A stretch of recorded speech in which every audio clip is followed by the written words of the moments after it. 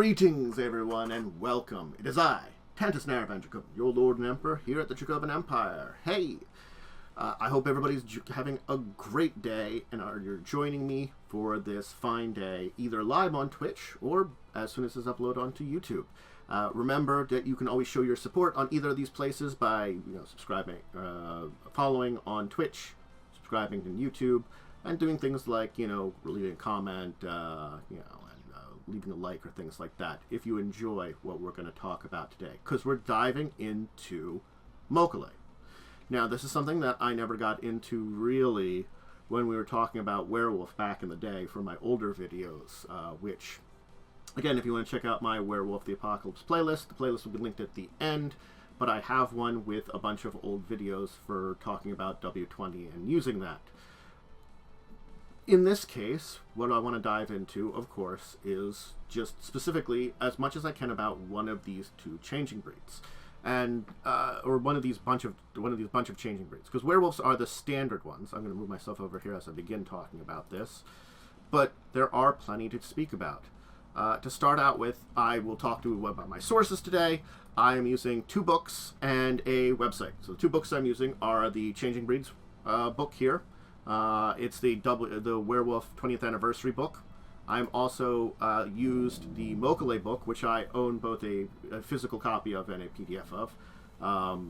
So there is, I went over this one, reviewed my material from it as best as I could.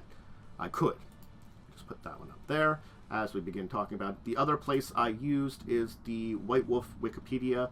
I will always recommend, if you have a chance, use the White Wolf Wikipedia. It's really good. It's a good site. It has a lot of this information. I'm going to use that as a kind of overlay about what the direction I'm going to talk about things in, kind of branching off as I feel necessary and stuff like that. An overview. But I recommend starting there, and then if you want to learn more about Mokolé, because I'm going to go over some information that's a combination of those 3 places. Again, Wikipedia is probably a good place to start out with to get a little bit more details. And then those other 2 books will give you more that you want to talk about. So, Mokolé, which here is the symbol that is oftentimes used to represent Mokolé here. The symbol that Mokolé themselves use to describe them. In a way, they are the were-lizards, were-crocodilians. They are known as the descendants of the Lizard Kings. And they are one of the surviving changing breeds in the World of Darkness. They were thought to have been driven to extinction, but in more modern nights have been discovered to be alive. The Lizard Kings, just to talk about them for a second, they're also known as the Dragon Kings or Dinosaur Kings. They're like the great reptiles of the ancient time, from around the time that dinosaurs ruled the earth and things like that. So it was a different time period. That would be talking about something completely different. That is a history to talk about at a different time period. The ancient history of the werewolf world and the Lizard King civilization and the things like that and the time periods of that. So, the Mokolé, like all changing breeds, serve a purpose under Gaia. Everyone does. The Mokolé in particular are the memories of Gaia, they're known as. And they practice Menensis. It's spelled M-N-E-S-I-S. It's the memory of Mokolé. And it's something they particularly possess, though there are some other reptilian ones, like the Naga, who split off from the Mokolé, that have sometimes access to it. And to simplify things, it's excuse me. It's basically a background that determines how easy it is for you to access ancient memories. And you're going on a quest to dive into your memories. The higher your Menensis background is, the farther into the past you can look upon. That's the basic way to it. And it's doing that kind of looking into the past, though there are some times that cannot be looked upon, that allows you to kind of create your middle form, your archid form. So that's the way to kind of describe it. So it is a key part of the Mokolé way. So the snakes, of course, are the Naga now. There are no tortoise or turtle Mokolé. They're dead. So, we can talk about the Age of Kings for the beginning of the Mokolé. That was when lizard kings were dominant shifter on the species, but something happened that changed that. The wonder work. Their society changed. They were nearly wiped, and then afterwards they were nearly wiped out during the War of Rage. But even if they can be a very social people, because of their reptilian nature, they tend to be distrusted by other shapeshifters and other changing breeds. The wonder work. It's the Cretaceous Paleogene extinction event that's attributed to the worm. That's the best way to describe it. It's the 65 million years ago asteroid that kind of just devastated everything. That's, when we talk about historically, that's what it is, but Mokolé refer to that as the wonder work, because it changed everything. You think about the way that our history and our knowledge of the world changed. This was a change of itself. So only 3 Fera survived that. Only 3 changing breeds survived that event. Of course, the Mokolé, the Anasazi, the were spiders, and the Rokuya, the were sharks. Everything else that existed before that time period was wiped out. And each of those own changing breeds has their own histories. The changing breeds that came after that are a lot of what we talk about when we talk about them, nowadays. But those are the basic ideas of the change in what happened there. So, Mensis is critical. And Mensis, one of the parts of it, about at least having it, is that a Mokolé has the language of the dragons. The dragon's tongue, which you can read, write an elaborate script as well. It's kind of like a speech that you know. And knowing that speech, you dream of your shape. And it's a shape that, when you first change, you've never heard the dragon's tongue, but you understand it and begin to speak it, kind of thing. So I become a Mokolé. I'm awakened as a Mokolé. The dragon tongue comes to me, and that expression of it eventually kind of comes about. Not only in my mind that I've learned this language all of a sudden out of nowhere, and both reading and speaking it, but that develops the differences between my various forms and stuff. And the language is also possible in Archid and Suchid forms, which are the Hamid form, the human form, because Mokolé only have 3 forms. That's the easy form to speak a language in. The Archid, the war shape, yeah, you can speak in it. The Suchid, the animal shape, can even kind of speak this language in a very halting, primitive way. So, it's a very interesting idea. There are some hand and body movements that can be learned separately. The language of the claws, which helps to speak without making a sound. So, Mokolé then also are unique, well, not I can't say unique, but are one of the 2 unique changing breeds to still have vulnerability to metal as a spiritual aspect, but be weak to not only 1, but 2 metals. Here you go. They're one of the other changing breeds to be weak to gold. The Koraks, the werecrows, are tied to the sun, just like the Mokolé are. They're both tied to the sun. and sun is gold. That's why they're weak to it. Nightborn Mokolé still have a good tie to Luna, which does hint at something, but Mokolé are also filled with rage, just like werewolves are, as is the curse of all changing breeds. And that Luna's gift, as they would call it, also makes them vulnerable to silver. So Mokolé is both vulnerable to gold and silver. So, Umbra, we should mention that. A Mokolé can step sideways, but they need a gift or a right. Most Mokolé don't, though.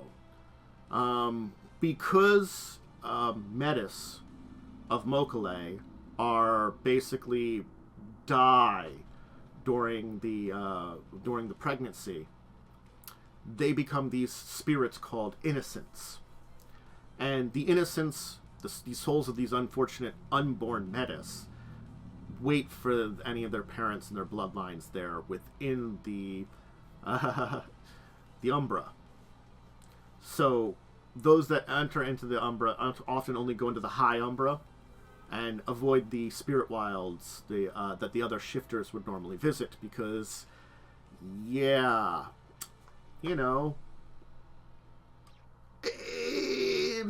entire spirits of the unborn haunting us. Not a great thing. Not really a great thing. And the high Umbra, the astral reaches is another term for them. Astral Umbra, astral space. It's that's an easy way to describe it there. So it's the one that technically mages visit a lot. So that's where Mokolé head if they do head into the Umbra most of the time, where the mages are, rather than to something like the Spirit Wilds, where the Middle Umbra, where a lot of Garu and other changing breeds get to. So an interesting thing with that. Let's talk history here, just a little bit, because I talked about it to a degree, but we do have to kind of dive maybe a little deeper into it here. So, Mokolé once ruled the world. Remember, they're kind of the Lizard Kings. They're the dinosaurs. They were the peak of the evolution during the time of the dinosaur age. They had a culture that rivaled the mortals in their prime. They blame the worm, but regardless, something went wrong. There are also those that claim, they grew too proud, and Gaia's favor went to warm-blooded creatures because of this. And so, the Age of Kings, the time of the Lizard Kings, came to an end. As we said, the wonder work happened. And, the civilization of the Mokolé fell. The Age of Sleep happened after that, as the sun vanished for a time. Evolution happened over the years. Humans basically interrupted the slumber of the were-dragons, is what happened. So the Mokolé changing breed kind of disappeared.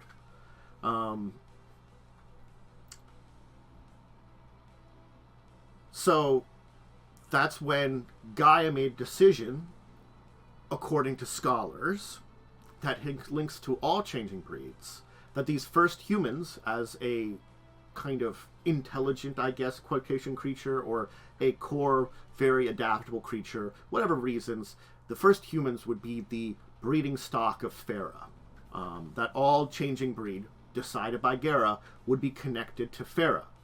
So Mokolé took humans as their kin, and still they did withdraw themselves from other Fera in order to preserve the memories that they had of the ancient day. So Million shifters, of course, kind of grew suspicious. Remember, the Millions are newer shifters, newer Fera, newer changing breeds, while a lot of Mokolé are very separate. The Anasazi, the Rokia, they're in different areas. The Rokia are ocean dwelling. There really isn't anything else ocean dwelling. The Anasazi, they're their own thing and keep to themselves too. So this entire thing, they have these monstrous forms, their strange rituals, and the aggression against them escalated until the War of Rage. The Garou triggered the War of Rage, and many Mokolé and many Clutches were killed. The Mokolé have never forgiven the werewolves for that. So survivors fled into swamps and jungles of the tropics and flee into their memories. They lived there pretty much undisturbed and kind of were worshipped by primitive mortals in that area.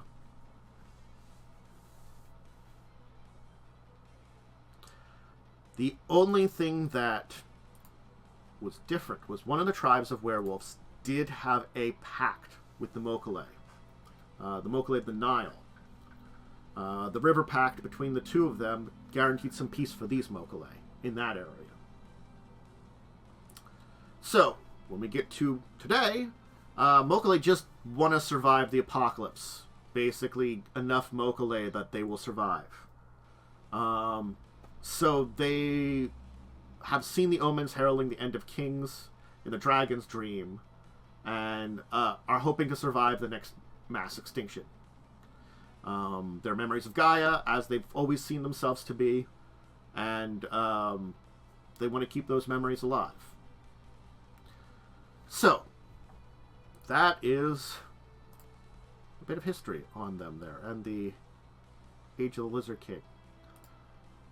Let's take a look here at our good friends, the Mokolé. And so, Mokolé have two breeds. If you remember my stuff from Werewolf, there's breeds, forms, auspices, and tribes. In this case, there are no tribes, there are streams. We'll talk about all these different ones. As for breeds, there's Homid and Suchid breeds. Homid being, you're born from a human. Suchid being, you're born from whatever type of reptilian creature. Metis, again, die before they're born and become those innocent spirits, so you don't have them. The three forms of Mokolé, as seen here, are Homid, Archid, and Suchid. There was a Dracid form that was lost during Wonderwork. If you remember the image I had before with those kind of near humanoid ones, those are the Dracid form. They disappeared. No one's been able to achieve it. Though there is some Mokolé who learn a Reptoid form between Homid and... no, that's the Archid. Between Archid and Suchid form was the Dracid form. Sorry. It was capable of complex tool work. There's a Reptoid form between Homid and Archid, like the Garou's Glabru form, that can be done with some communication with spirits. So there kind of was 5 forms. There can be 4 still. Most of the time there's 3. Assume that you have to do stuff with your character to get a 4th form. It's not something you're just going to get. Homid, of course, it's human. There are times when these human forms can have things connected with their animal forms.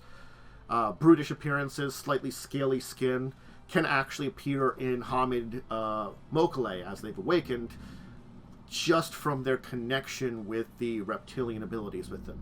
The Archid form, the true form of a Mokolé, is determined by menses. They dream upon reptiles, birds, dinosaurs of the past, and come up with an Archid form. So, your Archid form will vary. The example here is one of them. You could be a dinosaur. You could be a dragon. There's a lot of variation for Archid form, and there are actual rules. I'm just going to kind of sidestep here. There are actually rules for building an Archid form. You get special traits, and you choose those traits and use it to build your form. So, yeah, it's one of the parts of Mokolé character creation is when you get your first change and you dream about all these ancient things and you bring it apart, you get your dinosaur/dragon form. There are Parasaur, Sea Serpent Mokolé, also, but dinosaurs and dragons tend to be the main one. And you don't have to exactly match these dinosaurs because you have multiple ancestors. You kind of dream of a form that could have multiple cases of different things. So you could have like the armor of an armored dinosaur on a carnosaur and kind of things like that.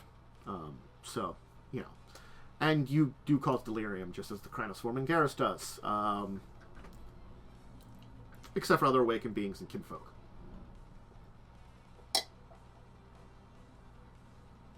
So, archid form.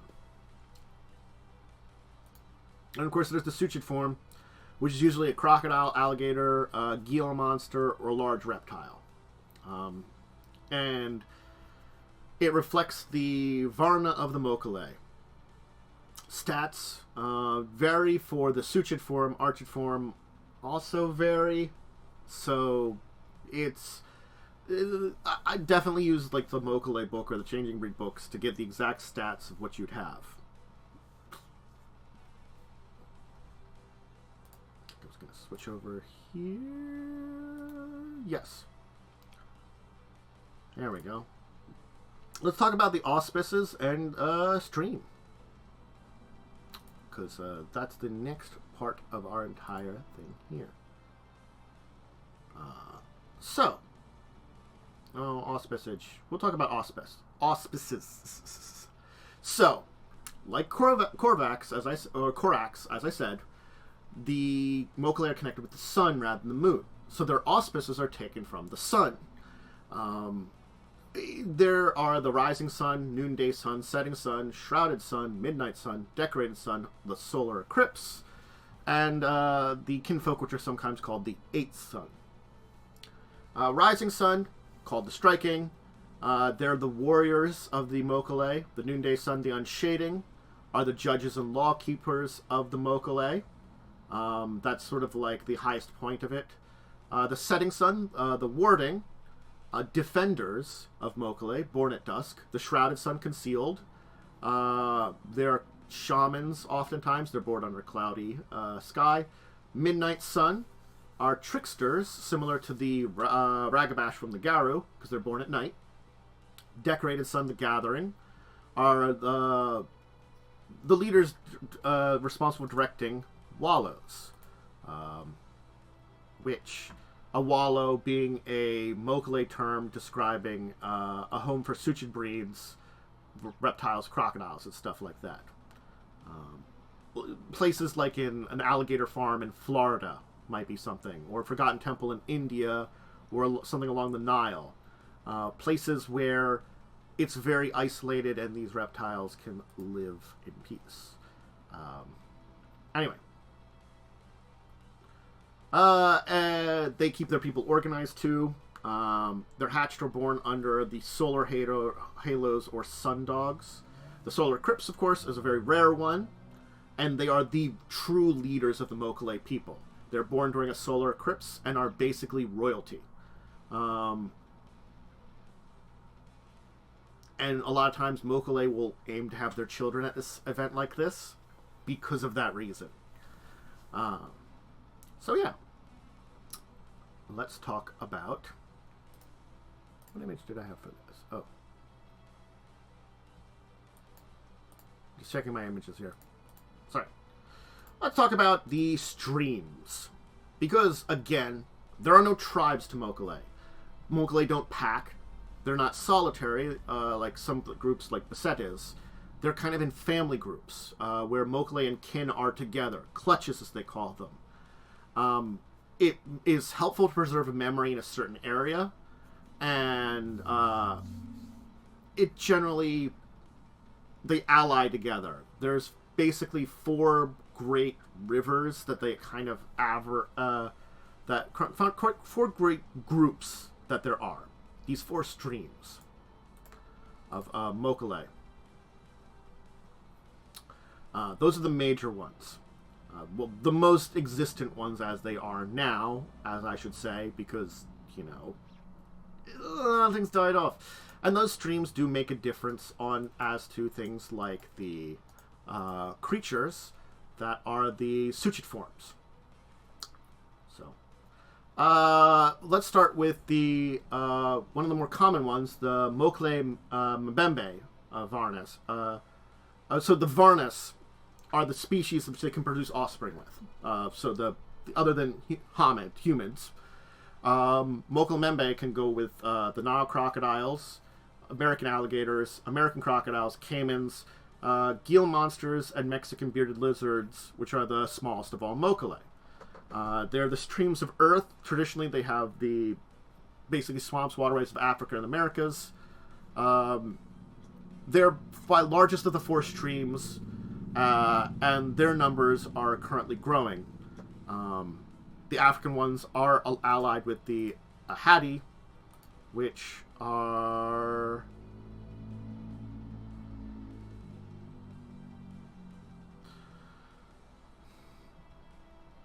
a group in Africa of changing breeds and stuff. An organization of them working together. Basically a stable organization of members. So the Garu have some there, the Mokolé, the Beset, and the Werehyenas, the Abja, have joined together there. That's a little side tangent there, but that's one of their groups there. So, yeah. That's one of the streams. The other streams are, of course, the Gamangan, which is a stream of... Well, that first one is stream of fire. There's a stream of earth. There's the stream of fire. They inhabit Australia and Oceania. It's represented primarily by Aboriginals, Melanesians. They're kind of well respected because they have a lot of insight into the spirit world and dream time. They are capable of entering the Umbra, unlike all the other streams. And they have a very extensive and primeval mensis from the earliest days of Earth. They connect with saltwater crocodiles and monitor lizards, such as Parenti and Guana as their Varnas. So that's the... I butcher these names. Gamangan. Yeah. The thing is, the Gamangan didn't experience the War of Rage. That was a big thing about them. Europeans came bringing vampires with them, which kind of changed things for them. War of Rage came to Australia, slaughtered the Bunyip and their allies, and the Gungan tried to hide away. So, that's their kind of history there. Each of these streams has a little bit of their own history.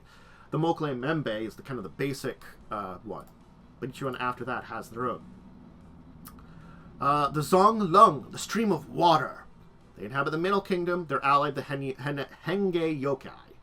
They are the basically the Mokolé of the Asian area, the Asian continent. They're associated with the Emerald Courts and have memories from them. They have the fewest memories of conflict with other shape changers. They're throughout through China, Korea, Japan, Vietnam, and they've been the least harmed by the Garu. They're also known for a lot of patience, so that's a little bit known about them. They have awareness of saltwater crocodiles, Chinese alligators, and modelers, particularly Komodo dragons.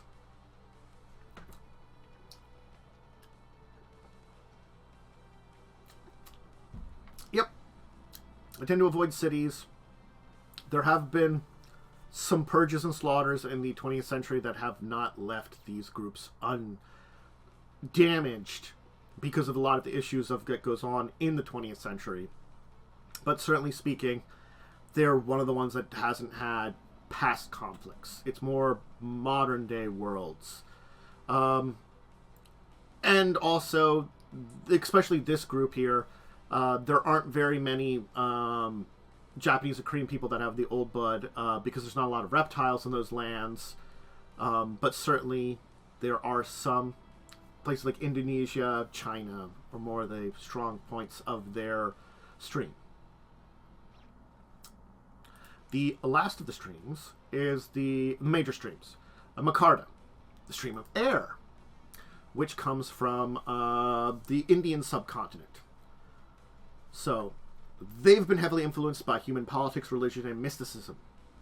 They consider themselves diplomats to the other changing breeds. They have an auspices determined by the seasons, which are a little different. and kind of are also divided by the caste system of their homeland in India, a little bit much. The distinctions between these two make it very difficult for outsiders to kind of understand this, but they have a very complex thing. Gavels, saltwater crocodiles, and mugger crocodiles are their Varnas. Yeah. The others also had some changes in auspices, I should mention. It's just,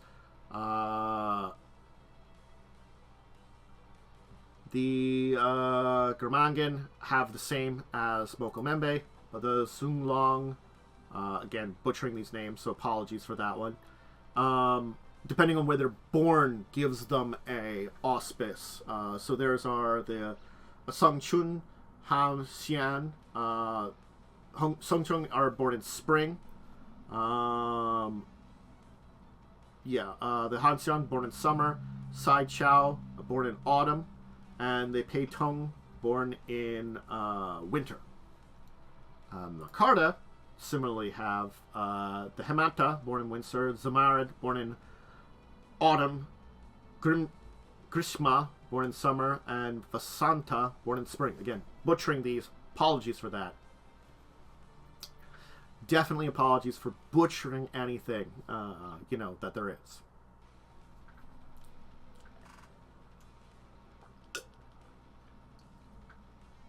So, yes.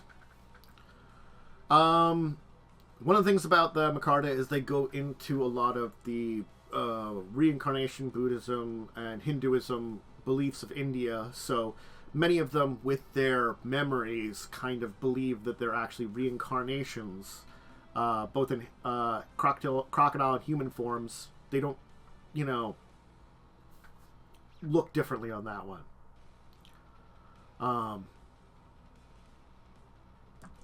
And again, Haman Markarda usually belong to castes. Sutured form, take the appearance of their dominant ancestor's reptile genius. So, yeah.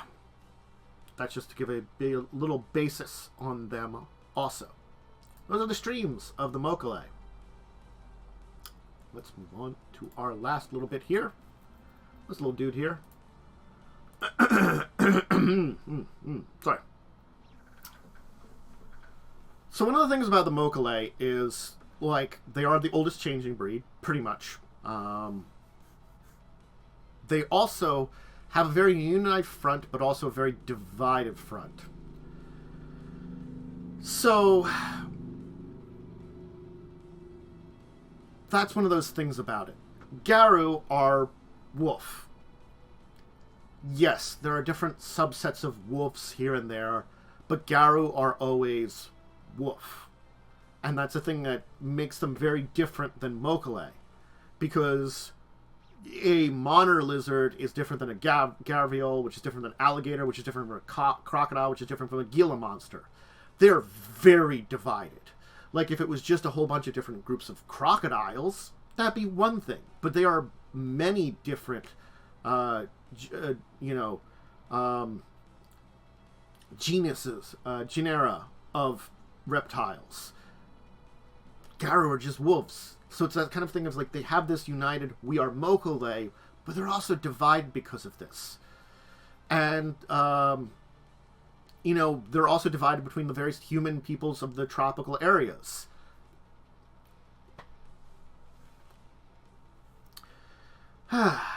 So, each Mokolé lives by the moment of the sun, marked by the time of their birth and the day of the year. Those Mokolé that are born at night oftentimes follow Luna because of the connection to us. But they do still revere both Helios and Luna, the sun and moon. Again, gold, silver, aggravated damage to them. It's kind of bad. And again, the four streams and even the local clutches between those streams kind of divide them up a lot. The streams are very different from each other and have different memories and different experiences, as I've talked about here. The unifying forces of We Are Mokolé is very strong still, but there is a lot of this division that makes it difficult. Mokolé, though, are one of the best of groups that can kind of maintain places that they can get enough hatchlings to perpetuate their race. The wallows that I spoke about, homes for both humans and reptiles to take, exist. And there are plenty of them. I talked about the existence of wallows and the example of the alligator farm in Florida, where a family could run an alligator farm, and a bunch of the alligators can have, kinfolk amongst them there. They're, keeping their blood alive there. And similar locales around the world work like that. There are these places that they maintain isolated, kind of, or set like that.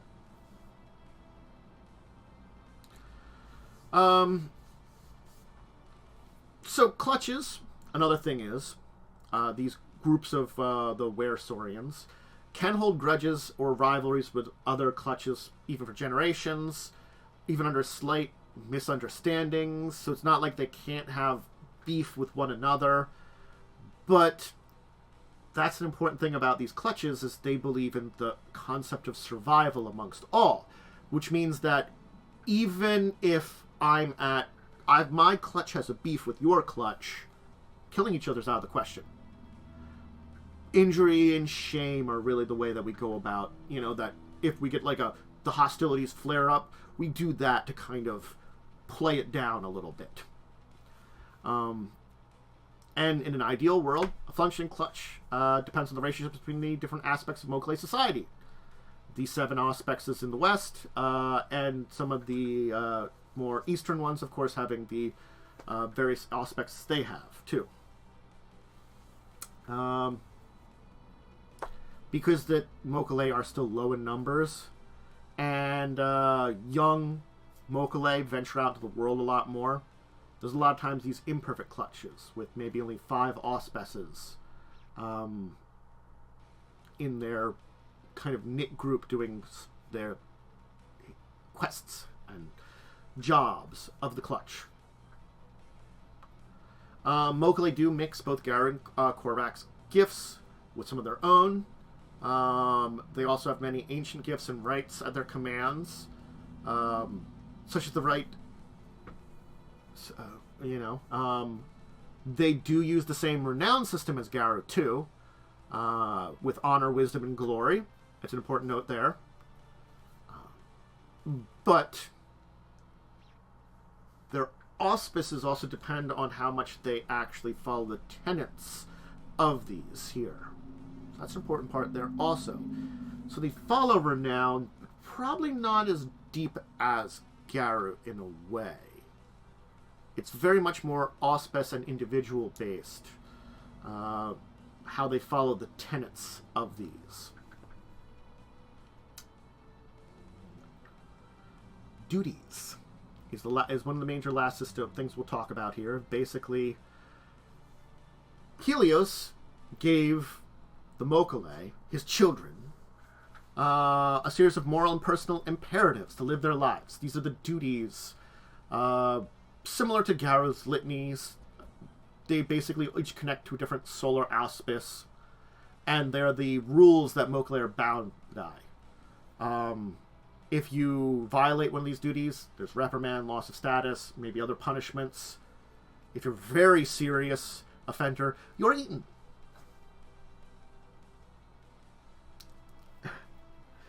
And the Unshading are, of course, the group that enforces the laws. The Midnight Suns will chastise a undutiful Mokolé.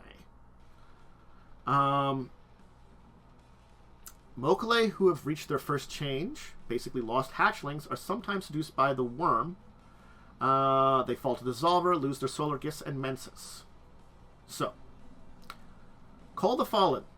It's the duty of the Rising Sun to demand the Mokolé hunt those who are forsaken Gaia, serve the Dissolver, or those who betray their duty. Let no shade accuse you. The duty of the Noonday Sun demands that no Mokolé will mate with another Mokolé in order to prevent another innocence plaguing the Mokolé. Guard the wallow. The duty of the setting sun demands the protection of one's own wallow and the respect of the wallows of others. The veil must not be lifted. The duty of the setting shrouded sun demands that the Mokolé will not reveal themselves or menses to others.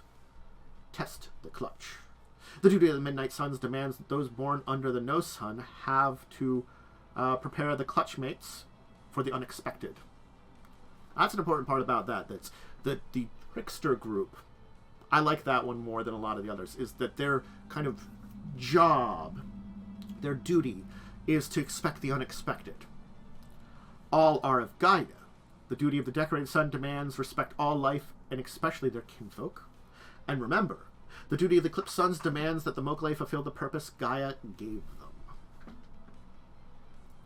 So, we can give a little bit of information on how Mokolé get along with other changing breeds. Just a little bit. The Garou aren't great. The Garou considered Mokolé to be worm spawn because of their reptilian appearance. Smashed a lot of their eggs. And Mokolé just despised Garou because of that. Their War of the Rage, they were just... went crazy. The Mokolé and Bastet share mutual respect because they do have a history together. The Mokolé played a role in destroying the corrupted Simba Blacktooth, and the Abjabal hold them in particularly high regard because of that. The Abjabal being the were-hyenas, which are their kind of like own thing that had a conflict with the... That entire thing is a conflict with the Beset that, you know, the Mokolé basically stopped and maintained peace between the two groups there, and because of that, both of them have a good respect. Nagaja, though rarely Mokolé do communicate with the were-snakes, the Mokolé consider them to be clutchmates. So, because they are another reptilian, and they, again, don't really interact very a lot, they still have respect for each other. At least Mokolé do generally. The Rokoye, two of them share a truce, as long as the Mokolé stay out of the sea. So the two of them are good with each other. Stay out of the ocean, we'll stay off the land, we're good. The Gruhal, the werebears. The Mokolé are friendly with them. They were the ones that taught the Gruhal the right rituals of prolonged sleep that helped them basically escape Garou persecution. They were thought to be extinct. They went into a hibernation, and it's more recently that they have reawoken. That's why werebears are back, because, hey, Mokolé helped them out. Others they've considered towards neutral, other Fera. The exception, of course, is the Anasai, who are kind of just mistrusted by everyone. They're spiders. Mokolé's creatures of the suns don't really get along with vampires. Attempts to embrace Mokolé fail. Either they die immediately, or enter a frenzy that ultimately destroys both the vampire and themselves. So.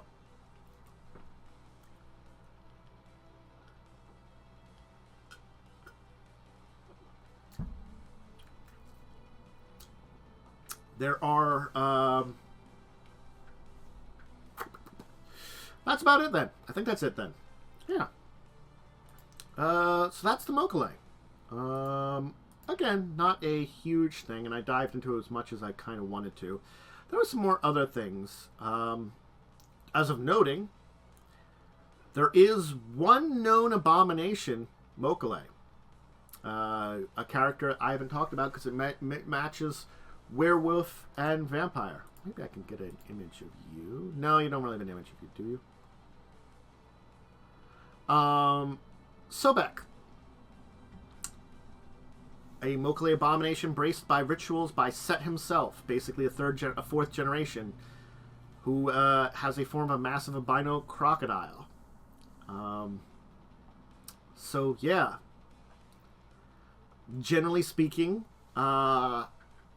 can't embrace one, but it took a third generation as powerful as Set, an antediluvian master of blood magic, to basically circumvent the blessings of Helios. And so Sobek is probably the only existing Mokolé abomination in the world. Yup.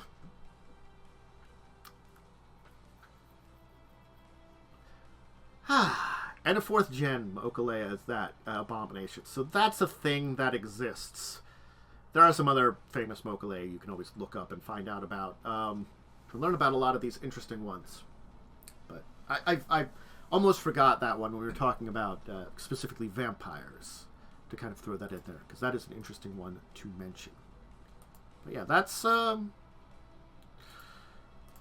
friend the Mokolé. Yeah, they've they're an interesting group that they have this long history. And it does make me want to do an episode where I dive deep into the world history, the werewolf world especially, because a lot of the other groups in the world of darkness, of course, are basically, vampires, mages, changelings, mummies. They're all linked to humanity and their history, while the Garu and the Mokolé and a lot of these other changing breeds, these Fera breeds, have a history that goes more ancient. I don't know if it'd be a full episode. It might just be like an extra add-on at some point in time, or, a double episode or something. But yeah, Mokolé are a very interesting one. The idea that if you ever wanted to play a were-dinosaur or were-dragon exists here. And it's the idea that their middle form, unlike the Krynos form of a werewolf, or a lot of the middle forms, the war forms of many Fera breeds, are pretty set in stone. Theirs are individual. That each Mokolé has their own unique form. And granted, that gives great power. Incredible amounts of power. But you do have that catch-22 a lot of times of weak to gold and silver, connected to both the sun and the moon. Mokolé are interesting because they have those memories, because you awaken to a language, you awaken to memories of past times you never experienced, and those memories shape your existence then. Those memories are a strong pull in their existence, while a lot of times we talk about how, sure, a werewolf, a Beset, a Gruul, even a Rokia have connections to their ancestors and their people that came before them, and have a culture based around that. Mokolé remember their ancestors. They know their ancestors. They are deeply connected with them. And that deeper connection means something different for them. It means it's going to always be more important to them in a way. Though they always understand what all this means. No. If no one's there to help them out, that's when they become a lost one. And being a lost one means you do not know what that means. It's an interesting idea that they are in this crossroads of a lot of things, because they are so ancient. And while many other changing breeds fight to prevent something like the apocalypse from happening, the Mokolé are more like, it's gonna happen. Happened before. We lived through it before. We'll live through it again. It's a different attitude also to this idea of it all. So, I hope you enjoyed learning about the Mokolé today. They're an interesting one. As I said, I recommend, if you can't get either of those books in PDF form, the Changing Breeds books or the old Mokolé book, you can always check out the wiki site for the White Wolf Wiki. It always does a good job of going over a lot of things. There is a lot of information out there. And I honestly, if you are going to dive deep into the depths of it, especially to get a lot of lists of the gifts and stuff, and to go over those things, I'd recommend the two PDF sources if you can afford it, if you can find them, or physical books if they're still out there, because they probably are in various places, either physical or not. PDF, both are recommended, and they're a fun one to play. Not an easy one to play, especially in a game with other werewolves. But maybe that tension means something to you. Maybe you want that. Maybe there's a story behind it, especially if you're using multiple different types of Fera. Or maybe just doing a Mokolé game. Both are options. I've looked at both of them before. Interesting storylines to have. Anyway. I hope you enjoy. Remember, Following on Twitch, subscribe on YouTube, you know, give a like, comment, anything like that. Any comments about the entire video or any information that you want to ask questions about this, go ahead and leave it in the comments. You know, if you join me live, you can always ask one in the middle of my things. I'll do my best to answer them. Yeah, that's about it. Hope you enjoyed, support it, and Tuesday, Thursdays, Saturdays, live on Twitch and up on YouTube later on. Always uploaded at 4 p.m. EST, usually a day or two afterwards. I think that's all the things to shout out. So I do have other links below. Twitch, Discord are a great place to check it out. I do have a Patreon, even though it has to be updated. And I think that's it. So I think I will say, until the next time, all of you out there, I bid you a wonderful farewell and enjoy playing Werewolf.